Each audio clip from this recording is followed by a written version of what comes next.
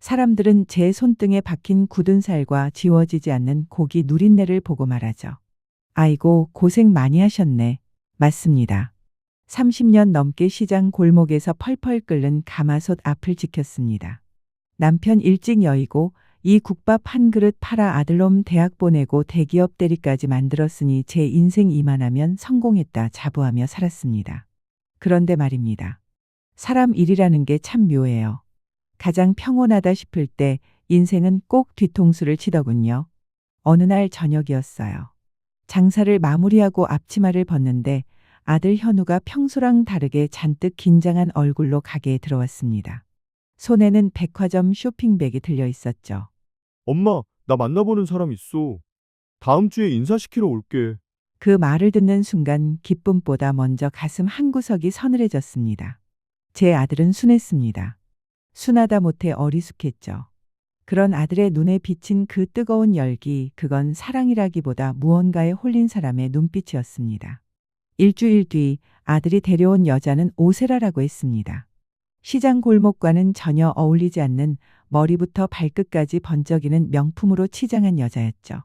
어머, 여기가 현우 씨가 말한 그 국밥집이에요? 생각보다 냄새가 좀 많이 나네요. 가게 문을 열자마자 코를 찌푸리며 손수건으로 입을 가리는 그 여자. 제 아들은 안절부절 못하며 향초를 피우느라 바빴습니다. 저는 아무 말 없이 물수건을 건넸습니다. 그런데 그 여자가 제 손을 보더니 슬쩍 피하더군요. 아, 제가 결벽증이 좀 있어서요. 어머니, 그냥 거기 두세요. 자리에서 그 여자는 자기 집안 자랑을 늘어놓기 시작했습니다.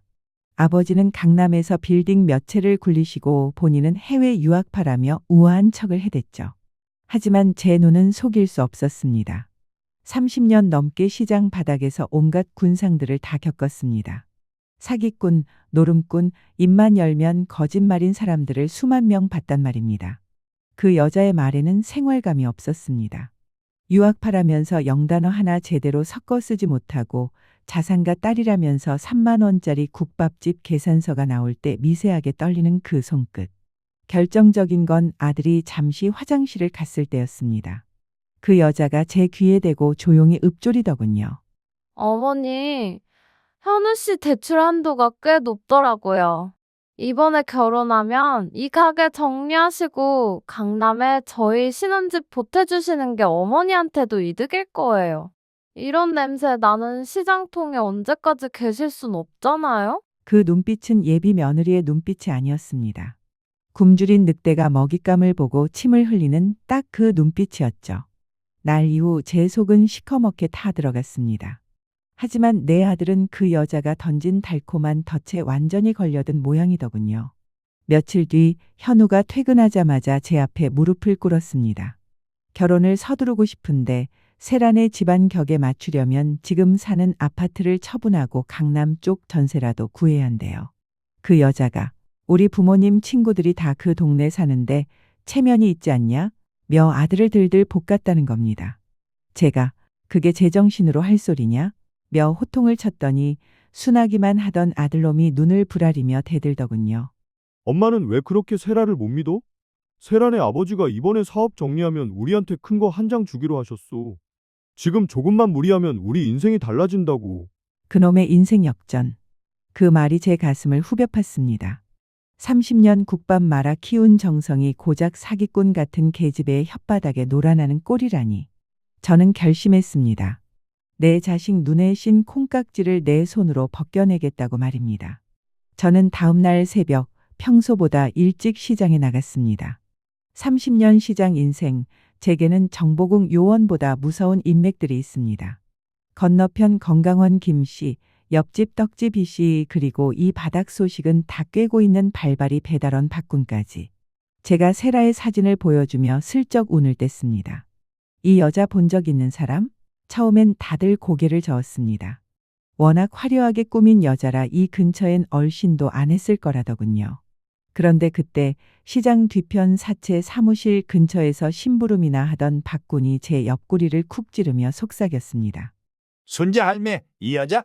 세라, 이름은 모르겠는데 한 달 전쯤 저기 조 실장 사무실에서 나오는 거 본 적 있어요. 그때는 지금처럼 공주 같은 차림이 아니라 빚쟁이들한테 쫓기는 사람처럼 얼굴을 푹 가리고 있었는데요. 조 실장. 이 시장 바닥에서 악질로 소문난 고리대금업자입니다. 제 등에 식은땀이 한 줄기 흘렀습니다. 자상가 딸이라던 여자가 왜 사채 사무실을 드나들었을까요? 진실을 더 캐기 전 결국 피하고 싶던 상견례 날이 왔습니다. 세라는 자기 부모님이라며 웬 중년 남녀를 데려왔더군요. 비싼 일식집 방 안에서 그들은 제 앞치마 자국이 남은 손을 보며 은근히 멸시하는 눈빛을 보냈습니다. 세라 어머니라는 여자는 젓가락으로 회 한 점을 깨작거리며 말하더군요. 저희 세라가 귀하게 자라서 이런 분위기는 좀 낯설어하네요. 그래도 현우군 성실함 하나 보고 허락하는 거니까 신혼집 명의는 저희 세라로 해주시는 게 맞겠죠? 그게 요즘 강남 스타일이라던데. 옆에 앉은 아들은 바보처럼 고개만 끄덕이고 있었습니다. 그때 제가 슬쩍 물었습니다. 안사돈, 세라 아버님이 강남 어디서 빌딩 하신다고 들었는데 이번에 조 실장님하고는 사업이 잘 풀리셨나 모르겠네요. 순간 식탁 아래로 세라의 구두 구비바닥을 긁는 소리가 들렸습니다. 우아하게 웃던 세라의 얼굴이 찰나의 순간 경직되더군요. 세라 어머니라는 여자는 조 실장이 누구신지? 하며 말을 더듬었습니다. 제 수사망의 첫 번째 구멍이 뚫리는 소리였습니다. 집으로 돌아오는 길 아들은 제게 화를 냈습니다. 엄마, 왜 상견례 자리에서 무례하게 그런 소리를 해? 조 실장이 누군데? 저는 아무 말도 하지 않았습니다. 대신 그날 밤 조용히 가게 셔터를 내리고 조 실장 사무실로 향했습니다. 제 손에는 30년 넘게 모은 적금 통장 하나가 들려 있었죠. 정보를 사기 위해서라면 이 정도 돈은 아깝지 않았습니다. 사무실 문을 열자 담배 연기 자욱한 곳에서 조 실장이 웃으며 저를 반겼습니다. 어이구, 국밥집 할매가 여긴 웬일이야? 돈 빌리러 오진 않았을 테고. 저는 세라의 사진을 책상 위에 던졌습니다. 이 여자 빚 얼마야? 그리고 이 여자랑 같이 다니는 놈들 다 불어. 조 실장의 눈이 가늘어졌습니다. 그는 제 통장을 슬쩍 확인하더니 기가 막힌 사실을 털어놓기 시작했습니다. 세라는 자산가의 딸이 아니라 이미 사기 전과가 있는 꽃뱀이었고 오늘 상견례에 나온 부모라는 사람들도 돈을 주고 고용한 대역 배우들이었다는 겁니다. 더 충격적인 건 세라가 제 아들을 고른 이유였습니다. 제 아들이 대기업에 다니니 대출이 잘 나온다는 것 그리고 제가 시장통에 알짜배기 건물을 가지고 있다는 소문을 들었다는 것이었죠. 할매, 조심해. 그 여자 지금 독 올랐어. 이번에 한탕 못하면 지 목숨이 날아갈 판이거든. 조 실장의 비웃음 섞인 경고를 들으며 사무실을 나오는데 밤바람이 왜 그리 차갑던지요. 내 아들은 지금 이 시간에도 그 여자의 품에서 행복한 꿈을 꾸고 있겠지 생각하니 피눈물이 났습니다. 하지만 저는 주저앉지 않았습니다. 30년 가마솥 불길을 견딘 저입니다. 내 아들 인생 잡아먹으려는 그 불효우 같은 년들 제가 직접 가마솥에 넣어 삶아버리겠다고 다짐하고 또 다짐했습니다. 조 실장 사무실에서 확인한 진실은 제 상상보다 훨씬 참혹했습니다. 그 여자는 단순히 돈을 노리는 수준이 아니라 우리 아들의 인생 전체를 도축장에 내걸 작정이었습니다. 저는 당장이라도 아들놈 멱살을 잡고 끌고 오고 싶었지만 노련한 사기꾼일수록 몰아붙이면 더 깊은 수렁으로 숨어든다는 걸 잘 알고 있었죠. 일단은 모르는 척 며칠간 아들의 동태를 살피기로 했습니다. 그런데 그 여자가 제 생각보다 훨씬 영악하더군요. 제가 자기 뒤를 캐고 있다는 걸 눈치챈 건지 아니면 돈줄이 급해진 건지 예상치 못한 초강수를 던졌습니다. 어느 날 밤 아들 현우가 사색이 되어 집으로 뛰어들어왔습니다. 손에는 가느다란 줄 2개가 선명한 임신 테스트기가 들려 있었죠. 엄마, 세라가 임신했어. 이제 정말 늦출 수 없어. 세라네 부모님이 알면 큰일 난다고 난리야. 당장 다음 달이라도 식장 잡아야겠어. 그 말을 뱉는 아들의 손이 덜덜 떨리고 있었습니다. 기쁨은커녕 두려움에 질린 그 얼굴을 보니 제 가슴이 찢어지는 것 같더군요. 30년 넘게 국밥집 손님들을 상대하며 쌓인 육감은 비명을 지르고 있었습니다. 거짓말이다. 적건 가짜다. 하지만 아들은 이미 세라가 짜놓은 각본에 완전히 취해 있었습니다. 세라는 임신을 핑계로 아들에게 아이를 위해 강남 아파트 명의가 꼭 필요하다. 태교를 위해 지금 당장 현금 5천만 원이 급하다. 며 구체적인 액수를 들이밀기 시작했습니다. 급기야 아들은 제게 와서 가게 담보로 대출 좀 받아달라고 생전 안 하던 억지까지 부리더군요. 저는 아들에게 생각해보마 라고 시간을 번 뒤 곧장 행동에 나섰습니다. 조 실장이 흘린 정보 중에 세라가 예전에 전 남편과 살던 동네가 있다는 걸 기억해냈거든요. 무릎 관절이 쑤시고 비가 오려는지 허리가 끊어질 듯 아팠지만 지팡이 대신 국밥집 대걸레 자루를 깎아 만든 튼튼한 막대기 하나 짚고 길을 나섰습니다. 경기도 외곽의 한 낡은 빌라촌. 그곳에서 저는 세라의 과거를 아는 결정적인 인물을 만났습니다. 세라와 과거에 동거하며 전 재산을 털어넣었다는 한 남자였죠. 술에 찌들어 폐인이 된 그 남자는 세라의 사진을 보자마자 신물이 난다는 듯 침을 뱉었습니다. 그 여자요? 임신요? 하하. 할머니, 속지 마세요. 그 여자 10년 전에 이미 불임 판정받았다고 저한테 울고불고 짜던 여자예요. 그때도 저한테 임신했다고 속여서 제 노모 수술비 3천만 원 들고 튄 년입니다. 제 눈앞이 캄캄해졌습니다. 불임이라는 사실보다 누군가의 노모 수술비까지 털어갔다는 그 악독함에 소름이 돋더군요. 저는 그 남자에게 간절히 부탁했습니다. 제발 내 아들 좀 살려주시오. 그때 그 사기쳤던 증거 자료나 사진 뭐든 좋으니 좀 도와주시오. 그 남자는 잠시 망설이더니 구석진 서랍장에서 먼지 쌓인 서류 뭉치를 꺼냈습니다. 과거 고소하려다 돈이 없어 포기했다는 고소장 초안과 세라의 본명 그리고 조 실장과는 또 다른 공범들과 찍은 사진들이었죠. 이거 가져가세요. 저도 언젠가 그 여자가 죗값 치르길 바랍니다. 그 귀한 서류들을 품에 안고 돌아오는 길, 시장 골목 어귀에서 세라와 마주쳤습니다. 그 여자는 제가 어디 갔다 오는지도 모르고 제법배를 살짝 감싸쥐는 신용을 하며 다가오더군요. 어머니, 몸도 안 좋으신데 어딜 그렇게 다니세요? 현우 씨한테 들으셨죠?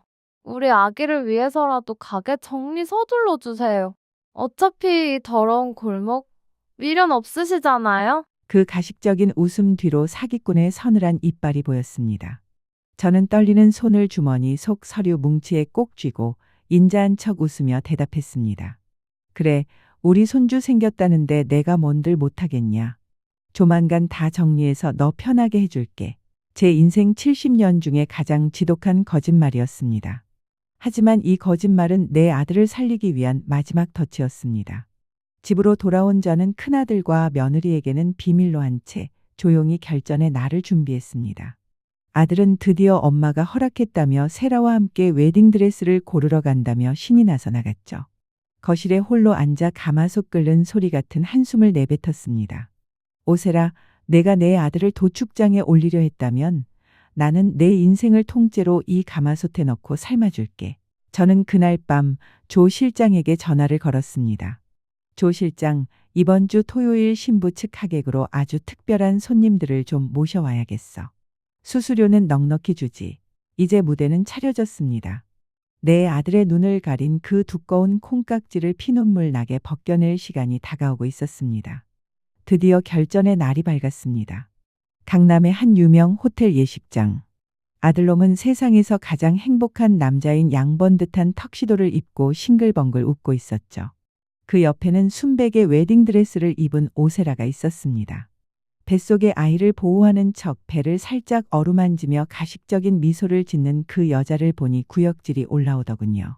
세라 측 하객석에는 돈을 주고 산 듯한 가짜 친구들과 친척들이 화려한 옷차림으로 앉아 있었습니다. 하지만 그들은 몰랐을 겁니다. 제가 그 화려한 연출 뒤에 얼마나 거대한 가마솥을 걸어두었는지 말입니다. 예식 시작 30분 전 저는 조용히 신부 대기실의 문을 잠갔습니다. 단둘이 남게 되자 세라는 제법 고상한 척하며 묻더군요. 어머니, 여긴 왜 오셨어요? 혹시 아까 말씀드린 예물비 현금으로 가져오셨나요? 저는 아무 말 없이 품 안에서 두툼한 봉투 하나를 꺼냈습니다. 세라의 눈이 탐욕으로 번뜩이며 봉투를 낚아채려 했죠. 하지만 그 봉투 안에서 나온 건 돈뭉치가 아니었습니다. 세라가 예전에 사기쳤던 고소장 사본 그리고 불임 진단서와 과거 동거남과의 사진들이었죠. 세라의 얼굴이 순식간에 흑빛으로 변했습니다. 이게 뭐예요? 어디서 이런 가짜를? 오세라, 아니 오춘자였나? 네 본명만큼이나 네 인생 참 구질구질하더구나.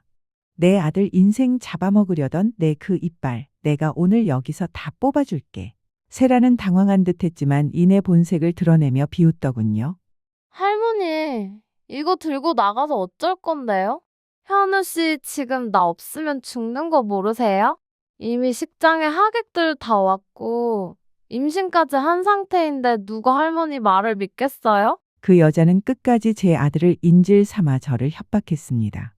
하지만 저는 빙긋이 웃어주었습니다. 그래, 그러니까 더 재미있지 않겠니? 내가 가장 높이 올라갔을 때 떨어지는 그 맛이 말이다. 식장의 조명이 어두워지고 신랑 신부의 성장 과정을 담은 영상이 상영될 차례가 왔습니다. 하객들은 감동적인 영상을 기대하며 화면을 응시했죠. 아들도 행복한 눈빛으로 세라의 손을 꼭 잡고 있었습니다. 하지만 화면에 뜬 건 아름다운 어린 시절 사진이 아니었습니다. 조 실장 사무실에서 제가 돈을 주고 산 세라가 유흥업소에서 손님들과 질퍽하게 놀던 영상과 과거 사기 행각으로 경찰 조사를 받던 CCTV 화면이었습니다. 그리고 마지막에는 제가 만났던 피해 남성의 인터뷰 영상이 흘러나왔습니다. 오세라는 상습적인 혼인 빙자 사기꾼입니다. 지금 저 신부 대기실에 앉아있는 여자, 임신은커녕 10년 전부터 아이를 가질 수 없는 몸입니다. 식장은 순식간에 아수라장이 되었습니다.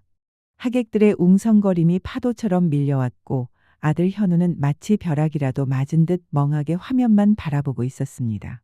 세라는 비명을 지르며 화면을 끄라고 소리쳤지만 조 실장의 부하들이 이미 영사실을 장악한 뒤였죠. 저는 천천히 무대 위로 걸어 올라갔습니다. 그리고 마이크를 잡았죠.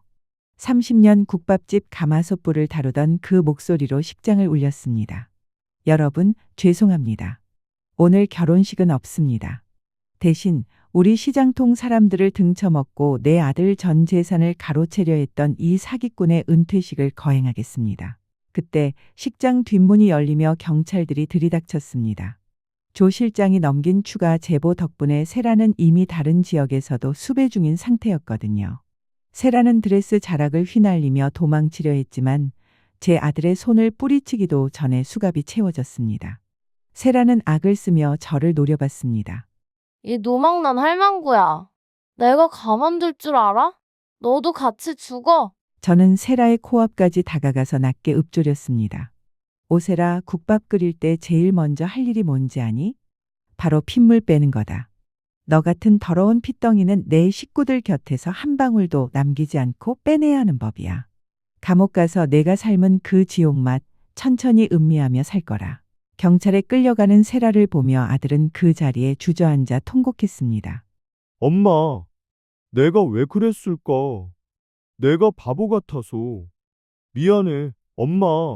화려한 예식장은 어느덧 차가운 심판장이 되어 있었고 명품 드레스와 턱시도는 찢어진 자존심처럼 바닥을 굴렀습니다. 저는 무너진 아들을 말없이 안아주었습니다. 굳은 살 박인 제 손으로 아들의 젖은 얼굴을 닦아주며 말했죠. 됐다, 현우야. 이제라도 그 콩깍지 벗겨졌으면 됐다. 집에 가자. 가마솥에 불 지펴놨다. 뜨거운 국밥 한 그릇 먹고 이 악몽 다 씻어내자. 그렇게 강남의 화려한 예식장을 뒤로하고 저는 아들의 손을 잡고 시장 골목으로 향했습니다. 제 인생에서 가장 비싼 식사 비용을 치른 날이었지만 내 자식을 구했다는 생각에 발걸음만큼은 가마솥 김처럼 가벼웠습니다. 강남 예식장의 그 화려했던 조명이 꺼지고 다시 제 삶의 터전인 낡은 시장 골목으로 돌아왔습니다. 아들 현우는 한동안 식음을 전폐하고 방 안에만 틀어박혀 지냈습니다. 대기업 다니며 똑똑하다 소리 듣던 녀석이 사람 하나 잘못 봐서 제 인생을 통째로 날릴 뻔했다는 자괴감에 몸부림치는 걸 보니 제 속도 말이 아니더군요. 하지만 전 아들을 억지로 끌어내지 않았습니다. 그저 매일 아침 김이 모락모락 나는 진한 고기 국밥 한 그릇을 아들 방 앞에 조용히 놓아줄 뿐이었죠. 현우야, 식기 전에 먹어라. 속이 따뜻해야 생각도 바로 서는 법이다. 아들이 마음을 추스르는 동안 법의 심판은 차갑고 정확하게 내려졌습니다. 오세라, 아니 오춘자는 제가 확보한 증거와 조 실장의 제보 덕분에 혼인 빙자 사기 및 상습 사기 혐의로 구속되었습니다. 알고 보니 저 말고도 피해자가 셋이나 더 있었고 그중 한 분은 전 재산을 날리고 고독사하셨다는 가슴 아픈 소식도 들리더군요. 그 여자가 고용했던 가짜 부모들 역시 전문 대형 연기자들로 밝혀져 처벌을 받았고 뒤에서 세라를 조종하던 사채업자 일당들도 줄줄이 쇠고랑을 쳤습니다. 세라는 감옥에서도 저를 원망하며 악을 쓴다지만 그 악다구니가 담장을 넘지는 못했습니다. 이미 세상은 그녀의 추악한 민낯을 다 알아버렸으니까요. 보름쯤 지났을까요? 아들이 부쩍 수척해진 모습으로 거실로 나왔습니다. 그러더니 제 앞에 앉아 말없이 국밥을 한 그릇 다 비워내더군요. 뚝배기 바닥이 보일 정도로 국물을 들이켠 아들이 제 손을 꼭 잡으며 눈물을 흘렸습니다. 엄마 손에서 왜 이렇게 진한 고기 냄새가 나는지 이제야 알 것 같아. 이 냄새가 나를 키우고 나를 지켰던 냄새인데 나는 그것도 모르고 명품 향수 냄새에 취해서 엄마를 부끄러워했어. 정말 미안해, 엄마. 저는 아들을 말없이 안아주었습니다. 됐다. 인생 살다 보면 똥물에 발도 담그고 가시밭길도 걷는 거지. 중요한 건 다시 씻어내고 걷는 거다. 너를 지킨 건 내 국밥이 아니라 내 속에 있는 정직한 피다. 이제 시장 사람들은 저를 보면 수사반장 순자할매라고 부르며 엄지를 치켜세웁니다. 아들은 다시 회사로 복귀해 성실히 살아가고 있고 가끔 주말이면 앞치마를 두르고 제 가게 일을 돕습니다. 명품 옷 대신 면 티셔츠를 입고 손님들에게 깍두기를 더 담아주는 아들의 얼굴이 예전보다 훨씬 보기 좋습니다. 헛된 욕망이 빠져나간 자리에는 단단한 평온함이 들어찼더군요. 사람들은 말합니다. 할머니, 이제 건물도 있고 아들도 번듯한데 장사 그만하고 쉬시지 그래요? 그럼 저는 허어 웃으며 대답합니다. 사람 속 썩은 건 국밥 한 그릇으로 달랠 수 있어도 노는 입은 병이 나는 법이야. 가마솥 불길 지키는 게 내 팔자고 내 행복이지.